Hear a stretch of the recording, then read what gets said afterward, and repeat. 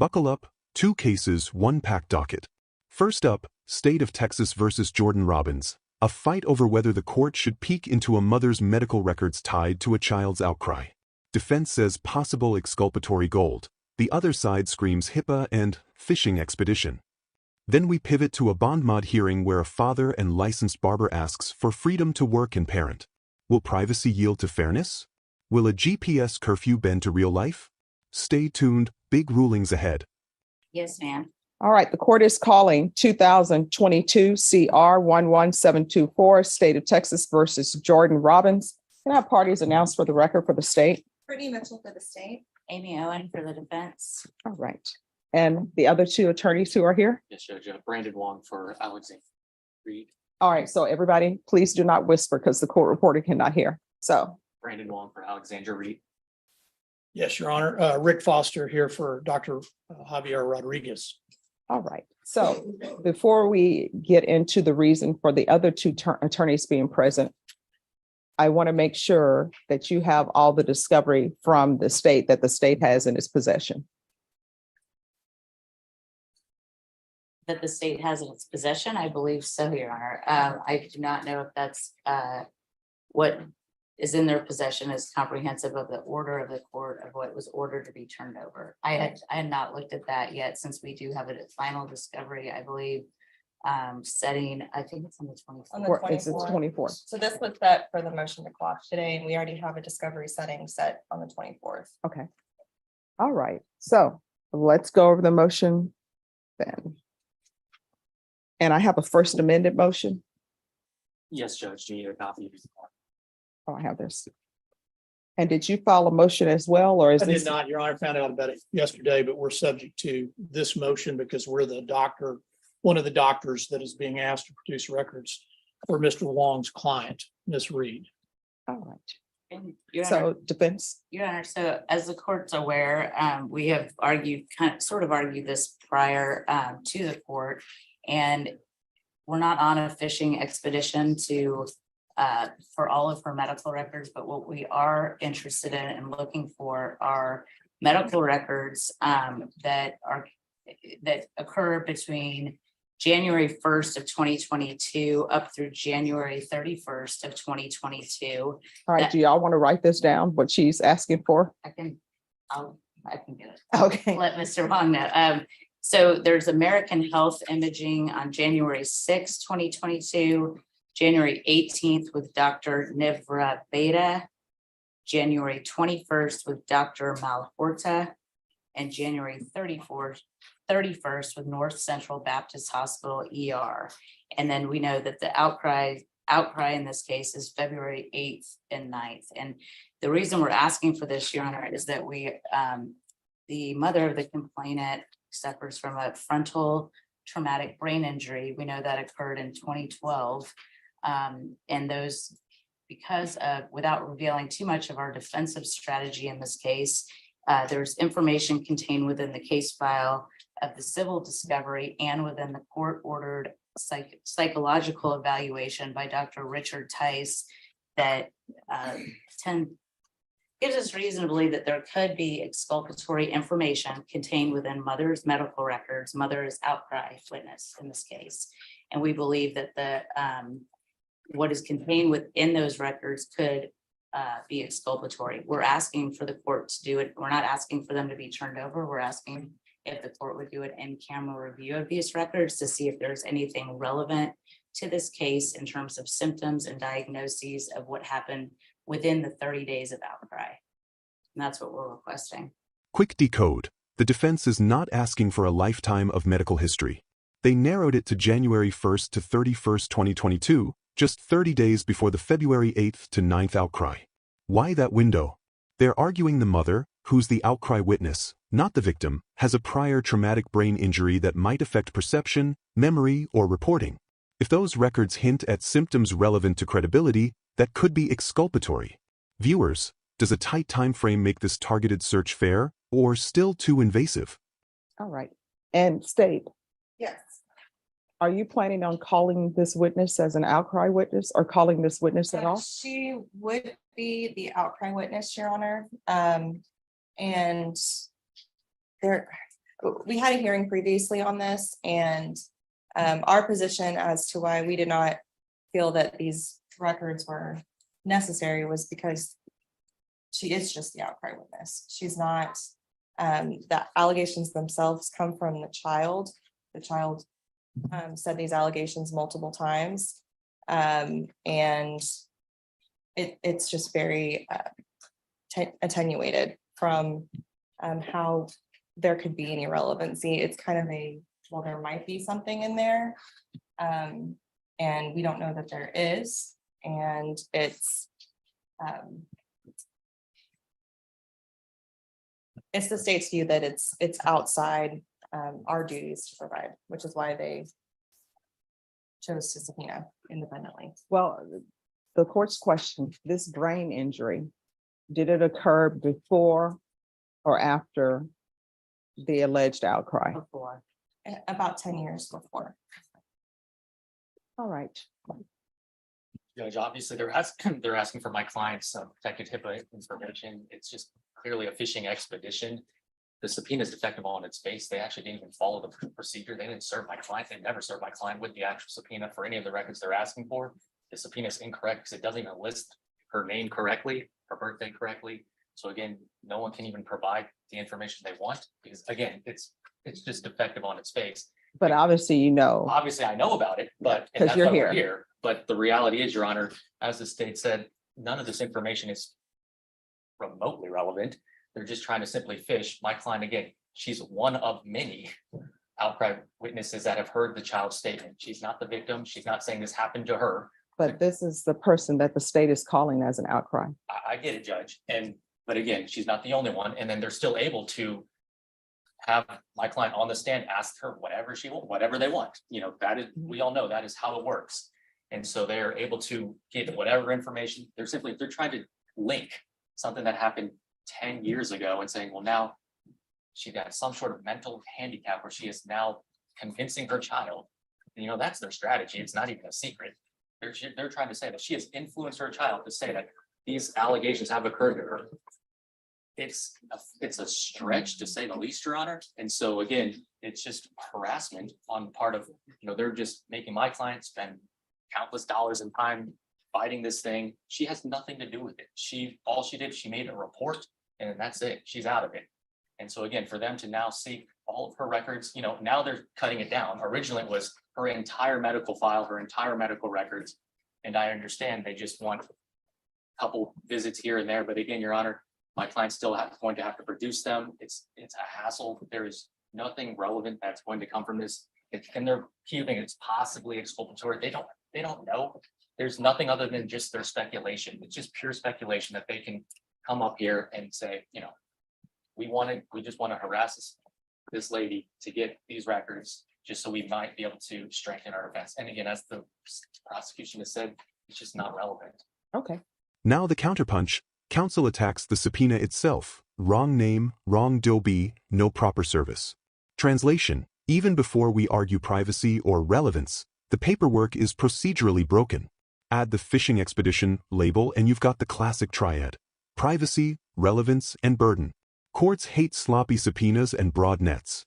Question for you: if a subpoena is defective but the request might reveal truth, should a judge fix the process or shut it down until it's perfect? And do you have an argument? Your Honor, we just merely support the patient, Dr. Rodriguez's patient, Ms. Reed. It's her record. She doesn't want to produce them. We don't want to produce them. And it sounds like from the summary that was given by defense counsel, they're not even asking for Dr. Rodriguez's records at this point. Is that correct? Even That's though okay, so we have a subpoena, but you know, so we need protection from that subpoena. I can file a separate motion, or Well, we I can mean- agree on the record today that it's, or as the court determines, that Well, subpoena is just one withdrawn. second, because I'd like to Oh, yes, cut to yes, the Your Honor. point. Okay. So this attorney, his patient, or his doctor, Yes, Your Honor. are there any records that you want from this doctor? I don't believe so, Your Honor. However, since we don't have any, we don't know if it references, you know, any type of diagnosis or treatment that's referred back to that. But these specifically, what I read are what we're requesting. So here's the thing. Right away, we've got a courtroom packed with attorneys. Notice how Judge Boyd immediately asks everyone not to whisper? That might sound minor, but it shows how seriously courts take the record. If it's not clear, it's like it never happened. Imagine trying to replay the most important trial of your life and half the dialogue is inaudible. Number one, he's saying that the subpoena is improper on its face because it doesn't have the correct name, the correct date of birth. I think we all know who it is and who we're here for. If you want to make another trip down to the courthouse and they can correct the name and the date of birth, they can do that. But I can tell you what my ruling is going to be. What my ruling is going to be is yes, I need to see it in camera inspection, and I will make a determination of whether it's relevant or not. If I deem that it's not relevant from the in-camera inspection, then that will be the end of it. But I can't make a determination on whether or not a record is relevant or not until I see it.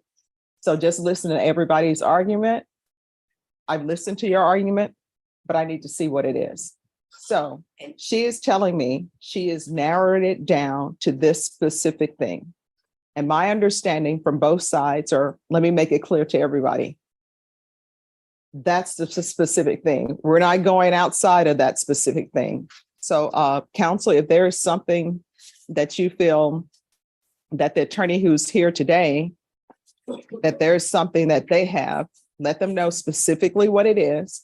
And then if you all will present it to the court, not to the state, not to the defense, just present it to me, I will review it. And then I will make a determination whether it's relevant or not.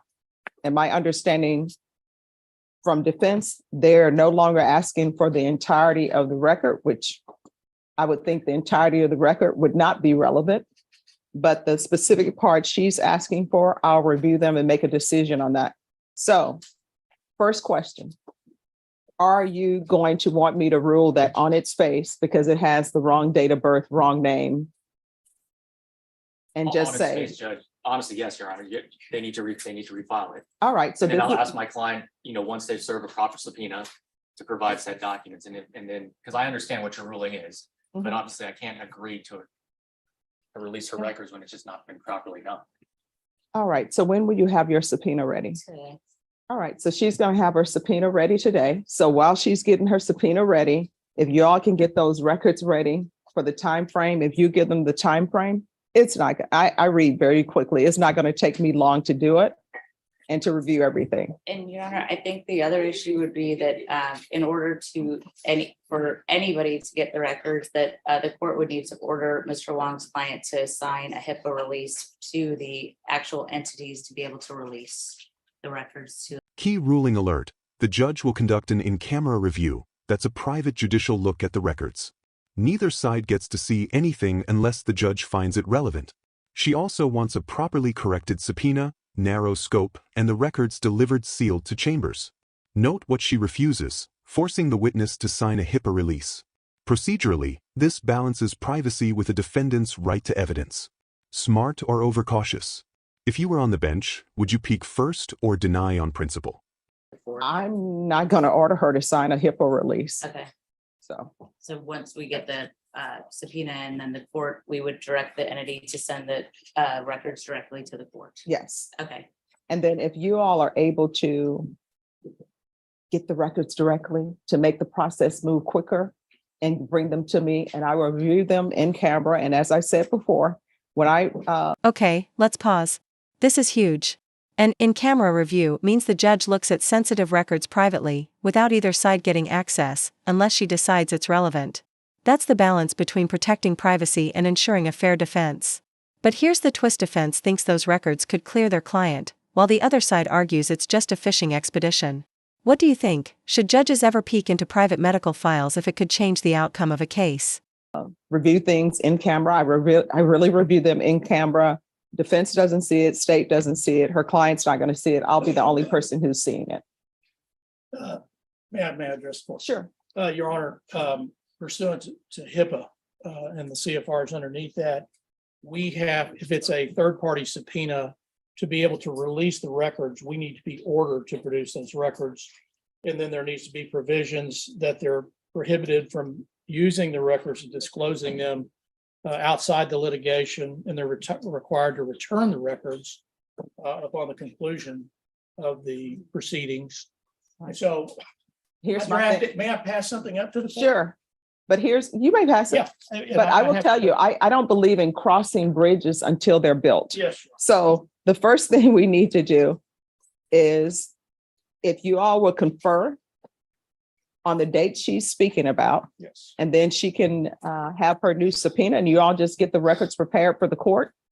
And if you all can have the records and bring them to me, because sometimes when things are mailed to the court, it goes to 6 different places. People don't read 187 4th floor with a suite number. So it goes to different places. And so nobody else will read it, just me. If y'all will bring it to me, and if you could put it in a sealed envelope that says judge only on it, nobody else will open it. The staff will not open it. It'll go specifically to me. And Okay. can we go ahead and submit an agreed order on how those records are being tendered up to you because you've directed us to do it? Sure. And If you all put it can, with the documents? yes. Okay, you okay Yes. with that? Yeah, sounds Okay. great. All right. And then she'll get the subpoena. But I will tell you, our next court date in this court for discovery matters are August 24th. Yes. So if you all can have all those records to me before August 24th, that would be great. If not, I can read it on August 24th, but I just like to have leisure reading before that date. Okay. All right. So August 24th. Does anybody need anything else?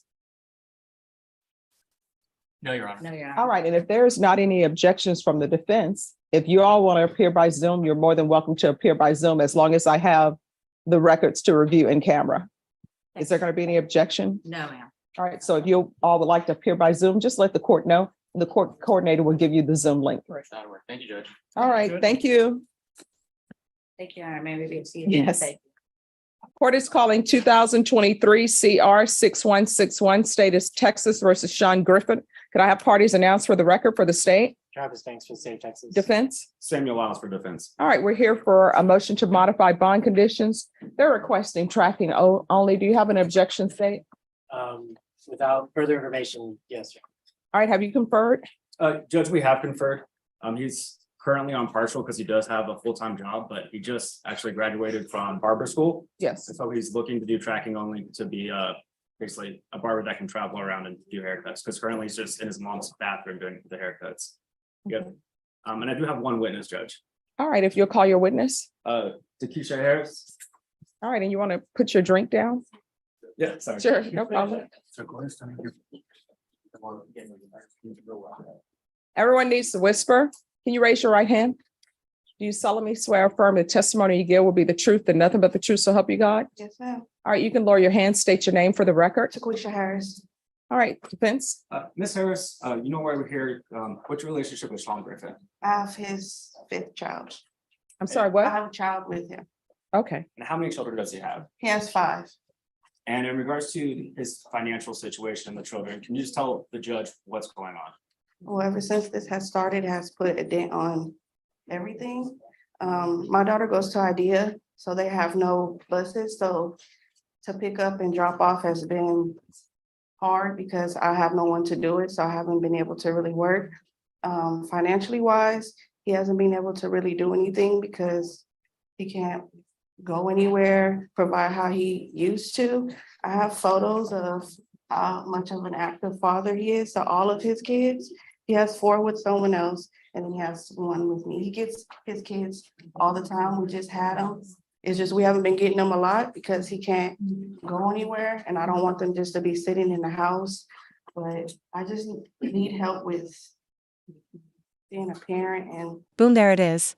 Judge Boyd shuts it down with a clear ruling. She'll personally inspect the records. Notice how this both frustrates and reassures everyone at once.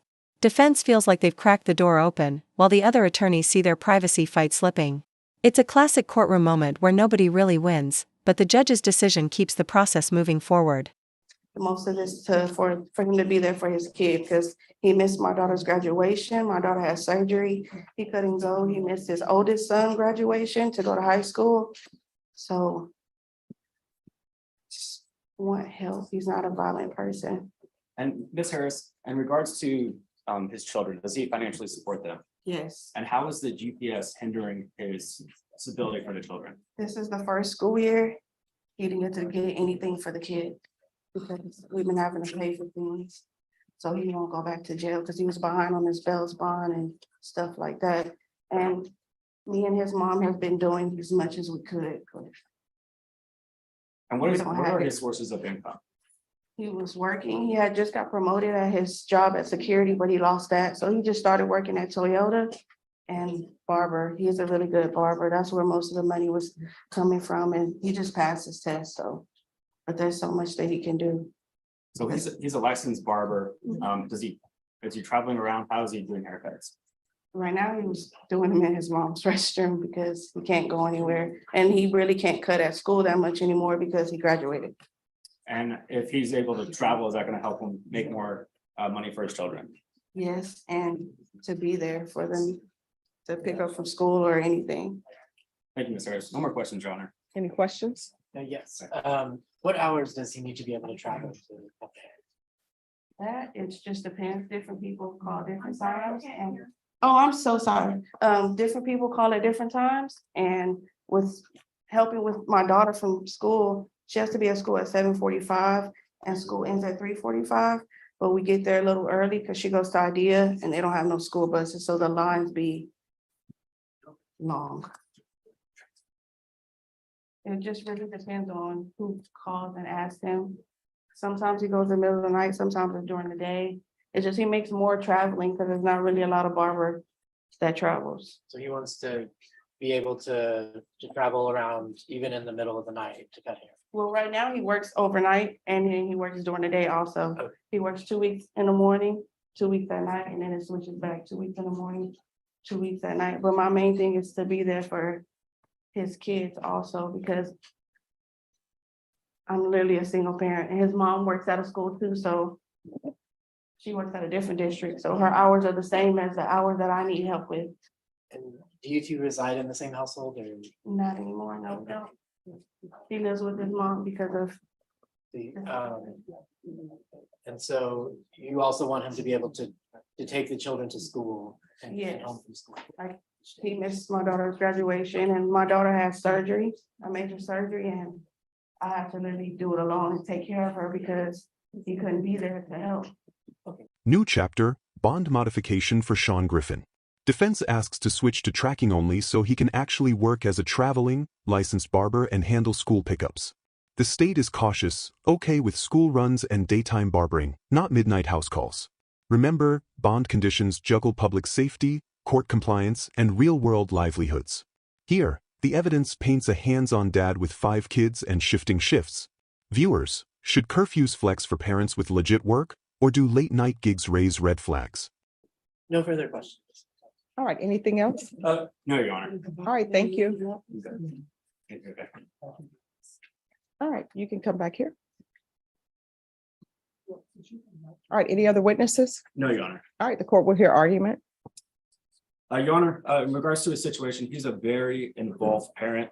He has 5 children. He's trying to be there for them, not just financially, but to take them to basketball practice, make sure they're in school, doctor's appointments, whatever it is.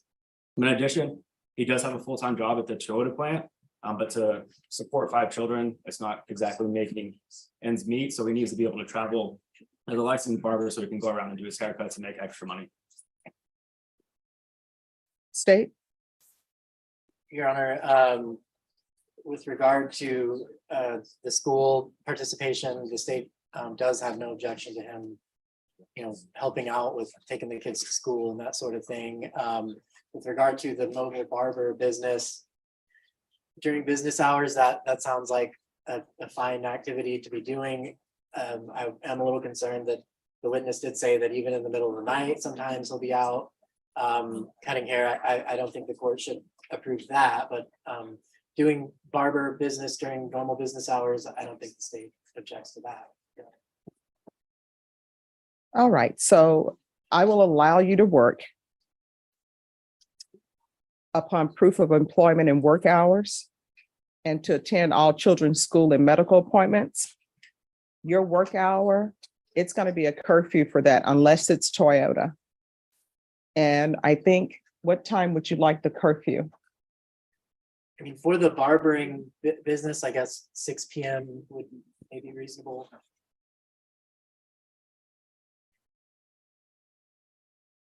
Yes, are you able to do that? Yes, ma'am. All right, work hour curfew as a barber will be 6 p.m. And Judge, could we just note, because I've talked to pretrial in situations like this before, and they want to see an LLC or some DBA on behalf, but he's going to be a sole proprietor because it's his own business. Mhm. There's no way to put a note that he's a licensed barber and he can. If you would speak to the coordinator, she'll have pretrial services officer zoom in. If you know who is pretrial services officer, we'll have them zoom in and so they'll understand the court's order. Okay, perfect. Thank you, All Judge. right, so just talk to the court coordinator about that and she'll have them zoom in. Yes, Your Honor. All right, is there anything else? No, Your Honor. Thank you, Judge. You're welcome.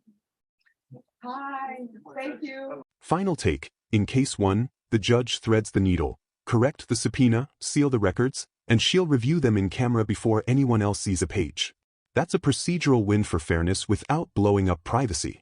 In case 2, she loosens bond with guardrails, proof of employment, school/medical exceptions, and a 6 p.m. curfew for barber work, no midnight fades.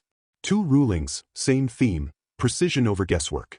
If you found this case as shocking as we did, hit like, drop your thoughts in the comments, and subscribe for more jaw-dropping courtroom breakdowns.